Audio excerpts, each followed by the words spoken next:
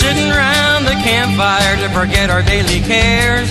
At a state park not too far from home, it seemed so peaceful there.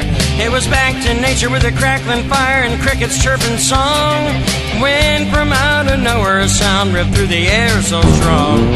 It sounded like a chainsaw that tried but wouldn't start, or a balloon with all the air let out, a noise we know by heart. We all searched round the glowing blaze to see from where it came, then all eyes fixed on Uncle Joe, whose head was hung in shame.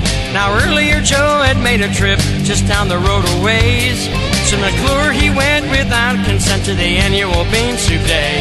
But it seems that there was something key that Joe forgot to pack, and once he fired his motor up, there sure was no turning back.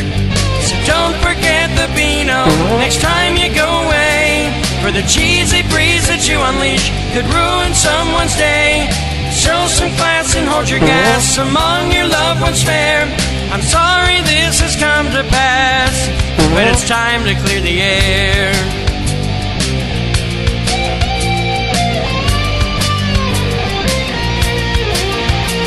Now the family that surrounded Joe started picking up their seats, and while he was getting his second wind, all made a fast retreat. Though the smoke was thick from the burning log that spit sparks out from the fire, it was better than breathing his toxic fumes, which could make us all expire. Then my poor nephew Bartholomew came to me with tear-filled eyes. He was caught up in the line of fire and couldn't eat his mountain pie. He looked at me, just trying to be the bravest of little boys, and said, "Why does it get so stinky after Pappy makes that noise?" The rest of us would join the lad in losing our appetites. Unhappy campers held their breath as Joe ripped on through the night.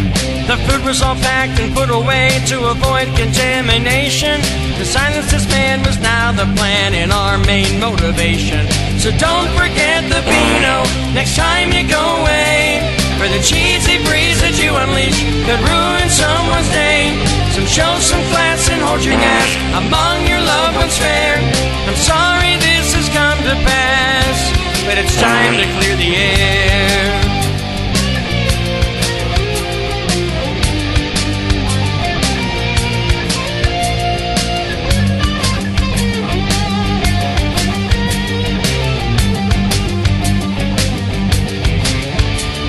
Now Uncle Joe, who early on had a heart filled with remorse, had strangely gone the other way like a ship that changes course.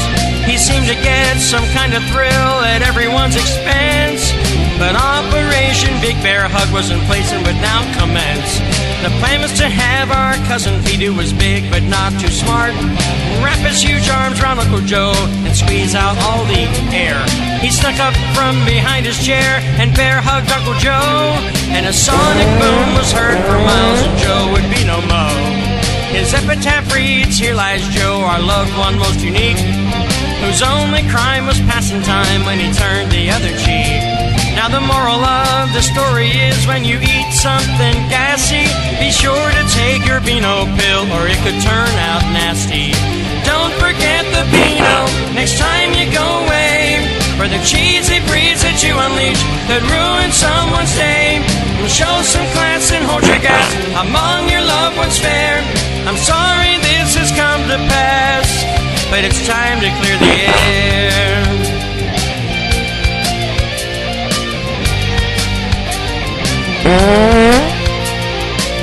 Goodness gracious, what is that smell?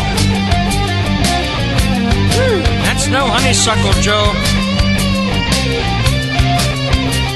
I knew you were always one to toot your own horn, but wow. I don't want to make a stink about this, but...